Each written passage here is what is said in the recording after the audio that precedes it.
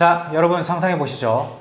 오늘날 회식 자리에서 술을 너무 많이 마셔 만취한 B씨가 있습니다. 속이 너무 안 좋아서 비틀거리며 상가 화장실을 찾아 들어갔고 변기통을 부여잡고 있다가 그만 화장실 안에서 잠이 들어버렸습니다. 시간이 얼마나 지났을까요? B씨가 술에서 깬 건 다름 아닌 자신을 체포하기 위해 출동한 경찰관들이 흔들어 깨웠기 때문이었습니다. 상황을 보니 B씨가 잠들어 있던 곳은 남자 화장실이 아니라 여자 화장실이었고 경찰은 B씨를 여자 화장실에 무단으로 침입한 성범죄자로 의심하고 있었던 것입니다. B씨는 너무 당황해서 술에 취해 아무 기억이 없어요. 여자 화장실인 줄 정말 몰랐어요 라고 억울함을 호소했지만 아무도 그 말을 믿어주지 않았습니다. 결국 B씨는 하루아침에 성적 목적 다중이용 장소 침입이라는 무시무시한 혐의를 받는 성범죄 피의자 신분이 되어 조사를 받아야만 했습니다.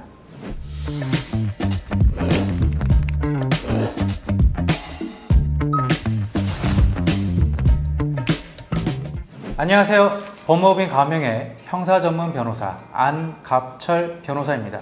방금 들려드린 이야기 영화나 드라마 속 과장된 이야기 같으신가요? 아닙니다. 실제로 빈번하게 일어나는 사건입니다. 여러분 혹시 살면서 무언가에 홀린 듯 실수로 이성의 화장실에 잘못 들어가신 적 혹은 잘못 들어갈 뻔한 적 있으시지 않으신가요? 아니면 표시를 착각해서 이성의 탈의실이나 샤워실 문을 열었거나 열 뻔해서 화들짝 놀란 적은 없으신가요? 오늘은 이렇게 일상생활에서 누구나 겪을 법한 단순한 실수만으로도 심각한 성범죄 혐의를 의심받게 되는 범죄, 바로 성적 목적 다중이용 장소 침입죄에 대해 아주 깊이 있게 이야기해보고자 합니다. 오늘 이 영상을 끝까지 시청하신다면 그저 몰랐다, 실수였다라는 변명만으로는 절대 해결되지 않는 이 범죄의 무서움과 만약 억울한 상황에 처했을 때 어떻게 대처해야 하는지 그 모든 것을 자세히 알아가실 수 있을 것입니다. 먼저 이 죄가 정확히 무엇인지 법적인 근거부터 살펴보도록 하겠습니다. 성폭력범죄 처벌 등에 관한 특례법 제12조에 규정되어 있는데요. 법조문을 보면 자기의 성적 욕망을 만족시킬 목적으로 화장실, 목욕탕, 모유 수유 시설, 탈의실 등 불특정 다수가 이용하는 다중이용 장소에 침입하거나 같은 장소에서 나가달라는 퇴거 요구를 받고도 응하지 아니하는 사람을 처벌한다고 되어 있습니다. 이 죄에 해당하게 되면 무려 1년 이하의 징역 또는 1천만 원 이하의 벌금에 처해지게 됩니다. 제명에서도 알 수 있듯이 성적인 목적을 가지고 사람들이 많이 이용하는 특정 장소에 몰래 들어가거나 나가지 않았을 때 성립하는 범죄입니다. 실무적으로 장소에 들어갔느냐 마느냐 하는 침입 여부보다는 과연 그 사람에게 성적인 목적이 있었는지 여부를 밝히는 게 가장 핵심적인 쟁점이 됩니다. 그렇다면 왜 이런 법이 만들어졌을까요? 이 조항은 2012년 12월 18일에 처음 신설됐습니다. 시행은 이듬해 6월 19일에 됐고요. 이 법이 생기기 전에는 어떤 사람이 이성의 화장실이나 탈의실에 몰래 들어갔다고 하더라도 그 안에서 불법 촬영을 하거나 강제추행 같은 직접적인 행동을 하지 않았다면 그런 곳에 들어간 사실만으로는 법적으로 처벌하기가 굉장히 까다로웠습니다. 하지만 생각해 보시죠. 내가 화장실이나 탈의실에 있는데 이성이 몰래 들어와 있다는 사실 그 자체만으로도 피해자는 엄청난 성적 불안감과 극도의 공포를 느낄 수 있습니다. 따라서 정부는 이 침입 행위 자체를 심각한 범죄로 보고 성범죄로 처벌하기 위해 이 법을 만든 것입니다. 그런데 재밌는 사실 하나가 있습니다. 법이 처음 만들어졌을 때 죄명은 성적 목적 공공장소 침입죄였습니다. 눈치채셨습니까? 바로 공공장소라는 단어 때문이죠. 이 공공장소라는 개념 때문에 법을 적용하는 범위가 너무 좁게 해석되는 문제가 발생했었습니다. 예를 들어 동네 작은 음식점 내부에 있는 화장실을 생각해 볼까요? 누구나 이용할 수 있지만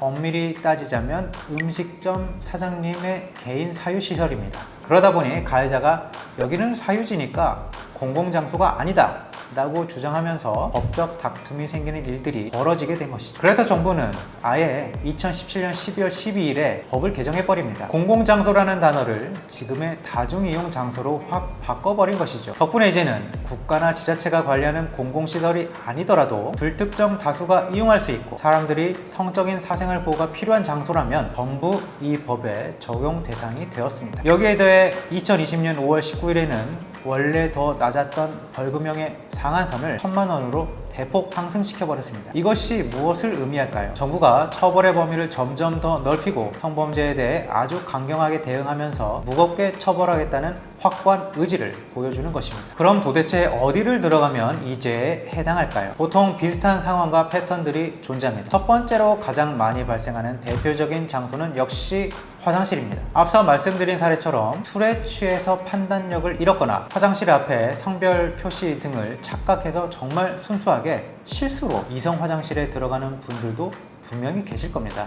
하지만 반대로 성적인 호기심을 참지 못하고 고의성을 가지고 몰래 들어갔다면 당연히 이 혐의가 적용되어 무거운 처벌을 받을 수밖에 없습니다. 간혹 남녀가 함께 사용하는 남녀 공용 화장실은 상관없지 않냐고 묻는 분들이 계실 겁니다. 결론부터 말씀드리면 남녀 공용이라고 해서 무조건 혐의를 벗어나는 건 절대 아닙니다. 공용 공간이니 출입하는 것 자체만으로는 죄가 되지 않겠지만 이성이 들어가는 것을 보고 따라 들어갔다거나 이성이 있는 칸을 몰래 엿보려는 등의 행동을 보였다면 이 역시 처벌 대상이 될 수 있습니다. 현행법상 불특정 다수가 이용하는 다중이용 장소라는 요건에 꼭 남녀가 구분되어 있어야 한다는 조건은 없기 때문이죠. 두 번째로 자주 발생하는 곳은 탈의실과 샤워실입니다.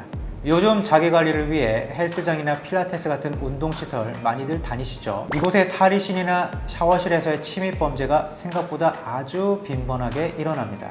같은 회원들끼리 불순한 마음을 먹고 침입하는 경우도 있지만 직원이나 관리자가 억울하게 혐의를 받는 경우도 꽤 많습니다. 그 장소 안에 여성 회원이 씻고 있는 줄 전혀 모르고 그저 수건을 채워 넣거나 바닥 청소를 하기 위해 들어갔다가 범죄자로 몰리는 일이죠. 직원 입장에서는 정말 주의하셔야 할 겁니다.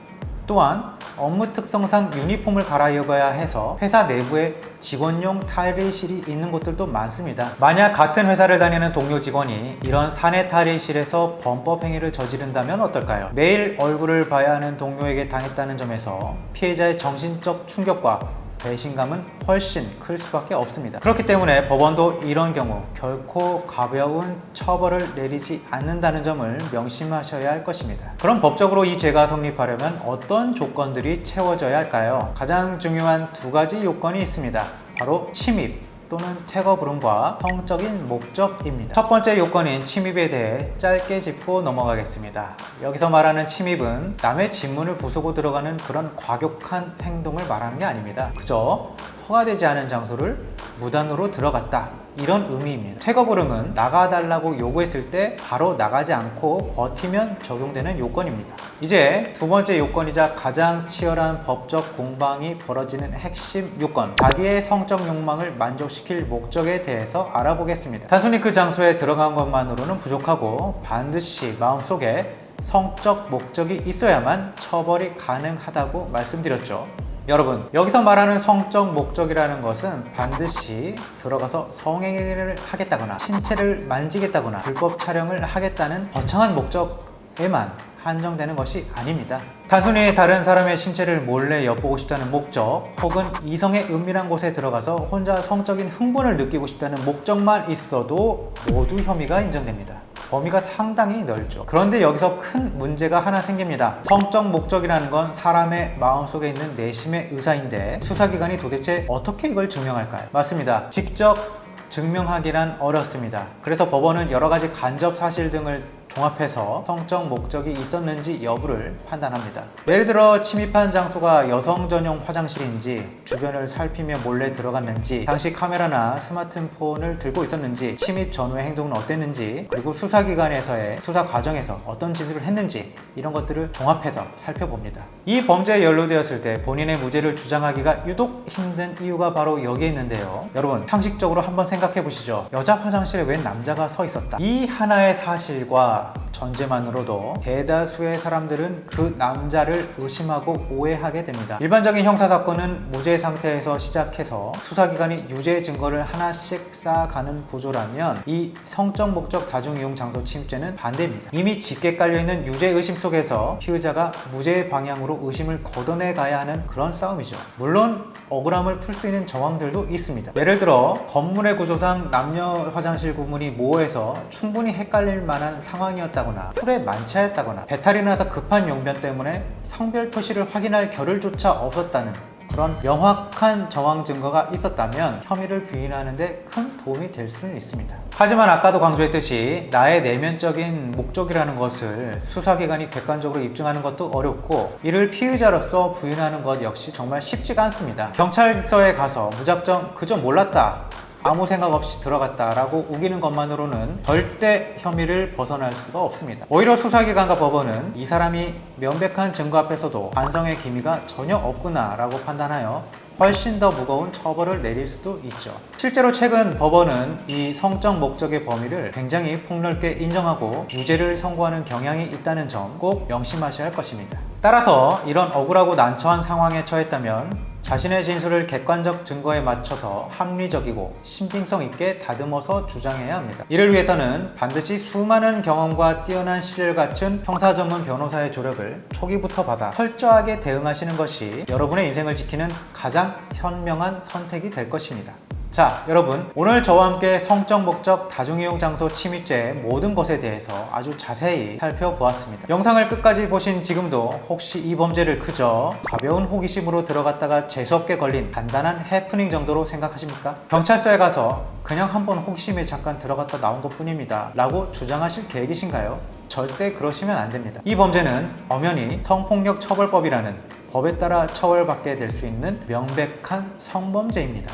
평생 여러분의 삶에 지워지지 않는 이른바 빨간 줄이 남게 될 수 있다는 사실 결코 간과하셔서는 안 될 것입니다.